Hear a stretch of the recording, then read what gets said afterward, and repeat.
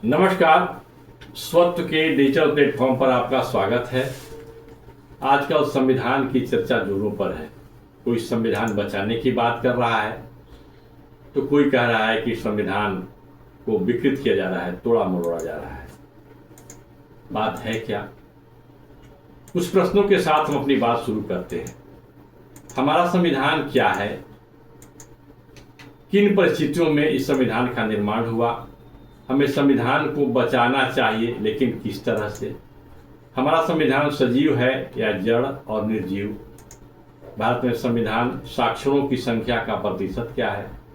ऐसे कुछ प्रश्न हैं जिसके सहारे हम अपने संविधान को जानने समझने का ईमानदार प्रयास करें तो हम अपने संविधान को सही अर्थों में जान सकेंगे। अन्यथा यह एक पॉलिटिकल लफाजी से ज्यादा कुछ नहीं होगा। इन संदर्भ प्रश्नों के उत्तर ढूंढने के लिए जो प्रामाणिक सामग्री है वह है संविधान सभा की कार्यवाही के दौरान बहस के रूप में आए विचार और सुझाव। कुछ लोग इस बात पर नाक भौंसी कोड़ने लगते हैं, कहते हैं कि संविधान को जानने समझने, इसके पीछे के भाव को अनुभव करने के लिए इसकी क्या आवश्यकता है। लेकिन संविधान को जानने समझने, इसके पीछे के भाव को अनुभव करने का तो यही एकमात्र स्रोत है, ऑथेंटिक स्रोत है, प्रामाणिक स्रोत है। इसके बावजूद संविधान सभा के बहस, जो कि दस्तावेज के रूप में आज भी उपलब्ध है, हमारे अध्ययन और शोध से बाहर रहा है। ऐसा क्यों? यदि कुछ अध्ययन या शोध हुए भी होंगे तो उसके बारे में लोग नहीं जानते। वे सामान्य लोगों के लिए सहज उपलब्ध नहीं है। इतना तो स्पष्ट है कि हमारे संविधान सभा में एक नेतृत्व समूह बन गया था जिसमें अधिक से अधिक 30 विचारशील लोग शामिल थे। विचारशील लोगों के इस समूह की चिंता, चिंतन, अनुभव और भविष्य दृष्टि से हमारा यह संविधान आकार लेता चला गया। जब हमारा संविधान यह आकार ले रहा था उस समय भारत में महाभारत जैसी स्थिति थी।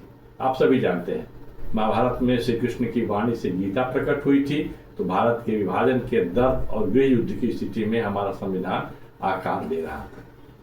गीता का लाभ तो उसे ही मिलता है जो उसका पाठ करता है, उसे अपने व्यवहार में उतारता है। इसी प्रकार संविधान का लाभ लेने के लिए जन सामान्य से संविधान का पाठ कराया जाना अपेक्षित था, ताकि वे अपने संविधान के मर्म को जान सकें और उसके अनुसार अपना व्यवहार रखें। लेकिन हुआ क्या? भारत में संविधान की साक्षरता 5% से कम ही है। ऐसा सब लोग मानते हैं।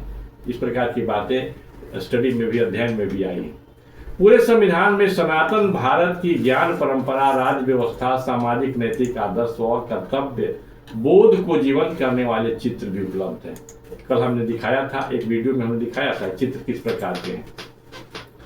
दुर्भाग्य की बात यह है कि संविधान लागू होने के कई दशक बाद भी भारत की जनता को उसके अपने मूल संविधान के प्रति के दर्शन नहीं कराए गए। संविधान सभा ने बहुमत से सेकुलर वर्ड को रिजेक्ट कर दिया था। इस सेकुलर वर्ड को लेकर के आज कई प्रकार की राजनीतिक बातें की जाती हैं। उसे आपातकाल में पीछे से संविधान के प्रस्तावना में जोड़ा गया। मतलब यह कि संविधान की आत्मा पर एक प्रकार से प्रहार हुआ, वो भी आपातकाल में, जब संसद में प्रतिपक्ष के नेता नहीं थे। यह भारत के मूल संविधान की हत्या जैसी ही बात है। इसे लोगों को स्वीकार करना पड़ेगा, यह कटु सत्य है। बाद में कुछ प्रबुद्ध लोगों की जोरदार आपत्ति के बाद सेकुलर शब्द का अनुवाद पंथ निरपेक्षता किया गया। कुछ अतिवादी विचारधारा वाले आपातकाल लगाने वाली सरकार के समर्थन के बदले सेकुलर शब्द का धर्मनिरपेक्षता अनुवाद करने पर अडिग थे। लेकिन सरकार में शामिल कुछ लोगों के विरोध के बाद ऐसा नहीं हो सका था। 42वें संविधान संशोधन के बाद सेकुलर शब्द के समानार्थी शब्द के रूप में धर्मनिरपेक्षता का प्रयोग किया जाने लगा। आज प्रचलन में वही है। इसका मतलब यह है कि संविधान की भावना कि इस लोकतांत्रिक भारत में रोज रोज हत्या हो रही है और जन सामान्य इससे अनभिज्ञ है।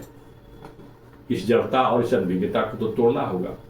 संविधान सभा में महात्मा गांधी की इच्छा का जिक्र करते हुए यह प्रस्ताव पारित हुआ था कि भारत के संविधान का लक्ष्य भारत में राम राज्य जैसी राज व्यवस्था की स्थापना है, जहां कोई दरिद्र, कोई अज्ञानी, कोई कपटी, कोई कृतज्ञ, कोई ईर्ष्यालु और कोई रोगग्रस्त नहीं हो। शायद यही कारण है कि संविधान के मौलिक अधिकार वाले भाग के प्रथम पृष्ठ पर वनवासी श्री राम, लक्ष्मण और सीता के चित्र अंकित हैं। यह दस्तावेज है जो हमारा मूल संविधान उसमें उपलब्ध है, इसे लोगों को देखना चाहिए।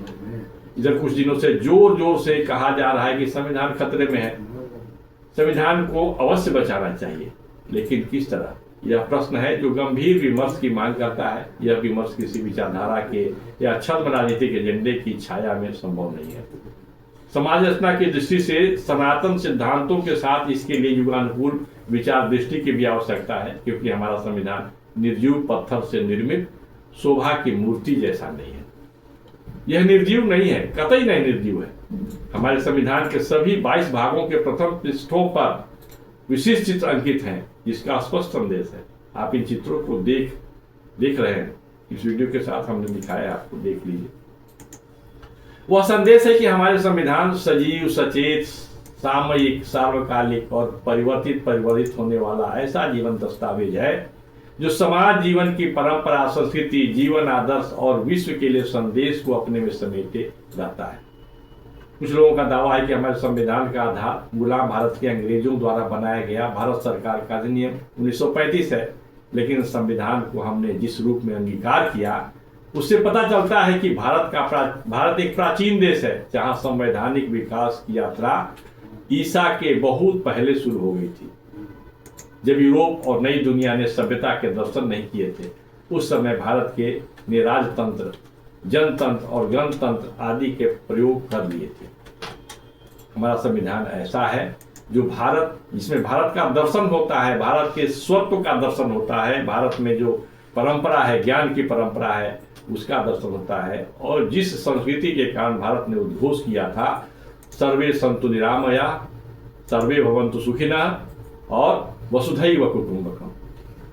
यही कारण है कि संपूर्ण विश्व को अपने संदेश से आगाज करने वाला जो धम्म पद है, जो अशोक का स्तंभ है, उस स्तंभ को इसमें लगाया गया है। तो फिर से संविधान पर विमर्श की आवश्यकता है। और इस वीडियो में बस इतना ही। अगले वीडियो में हम संविधान से संबंधित अन्य जो तथ्य हैं, तत्व हैं, उनके साथ आपके समक्ष रहेंगे।